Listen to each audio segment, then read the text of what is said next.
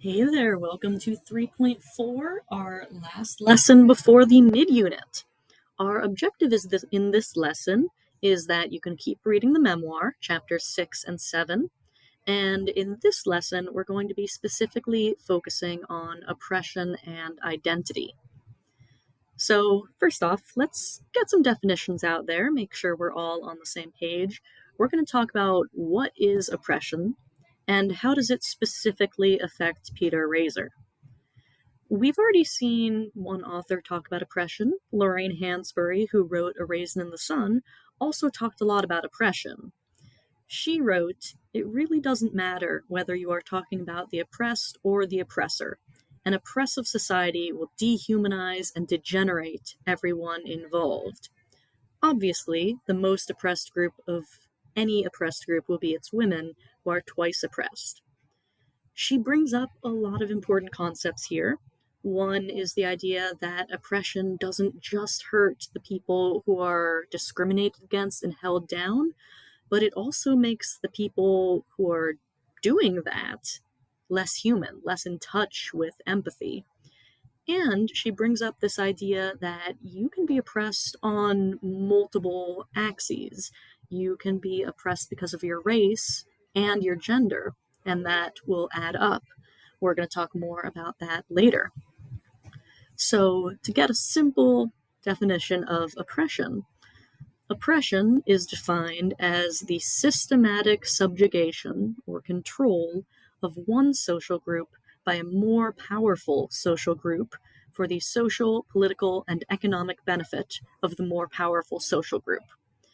So that's the very kind of complicated definition. What that means is that with oppression, we're not just looking at one person being mean to another person. That's prejudice.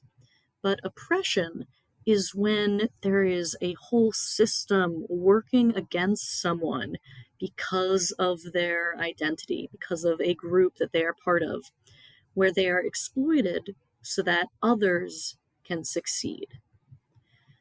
Here's another way to think about it: the unfair use of power over a group to keep them in a state of disadvantage.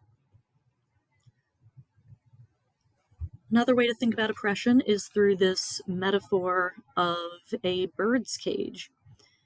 If you just look at an individual wire, can't do much against the bird, birds can fly, it's just a piece of metal. But when you take in the full cage and see how all of these different wires work together to form this cage for the bird, then we see its power. So the power is in the fact that there are these many different strands organized in order to trap the bird. The same is true of oppression. It's not just one simple thing, it is a whole system working together to deny freedom and humanity to a group. Another idea that we need to talk about with oppression is intersectionality.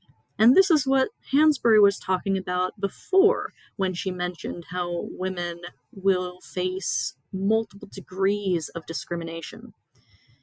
Intersexuality is the idea that we are all made up of many different identities, some very important to us, some smaller, and all of these come together to impact who we are, how we view the world, but also how the world views us.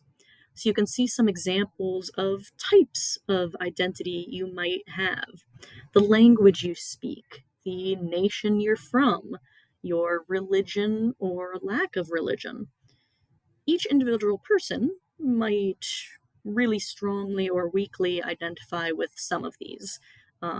For example, some people care a lot about what country they're from.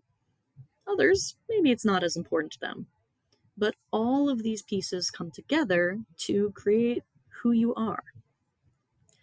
If we look at Peter Razor specifically, we can look at this wheel to see many different aspects of his identity and how they affect him, specifically looking at which aspects give you power and which make you marginalized, push you to the edge, and keep you from having power.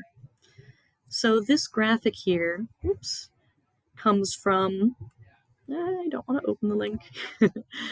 This graphic comes from the link here from the exploratorium.org. You can actually go to this website and create one for yourself if you're interested. But you can see here many different categories like skin color, amount of education, disability, neurodiversity, housing, wealth, all of these different pieces. In Razor's case, he has some power because he is male and fluent in English, which in America will give him access to more things. But he's marginalized because he has no wealth whatsoever. He's indigenous and treated differently because of that.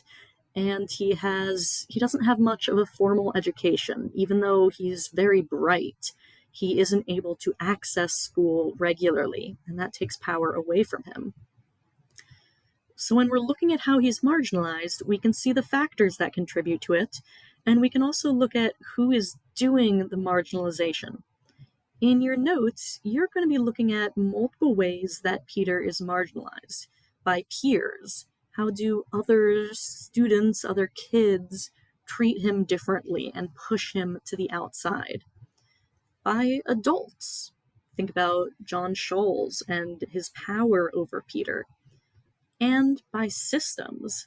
The state school, the government, the way society is structured. So remember, with marginalization, you're looking for how people are denied power and made to feel like they are on the margins, on the edges, outside of the core. As you keep reading chapters 6 and 7, think about how all these different aspects of Peter's identity connect and how they're sometimes used against him to oppress and marginalize him. But look out as well for ways that Peter and others might try to resist that oppression. Because oppression, it's not just something that is. It's a thing that people do, which means you can work to change it. You're about halfway through the book at this point. I hope you're enjoying it, and I hope you enjoy looking at these structures of power in this part of the book.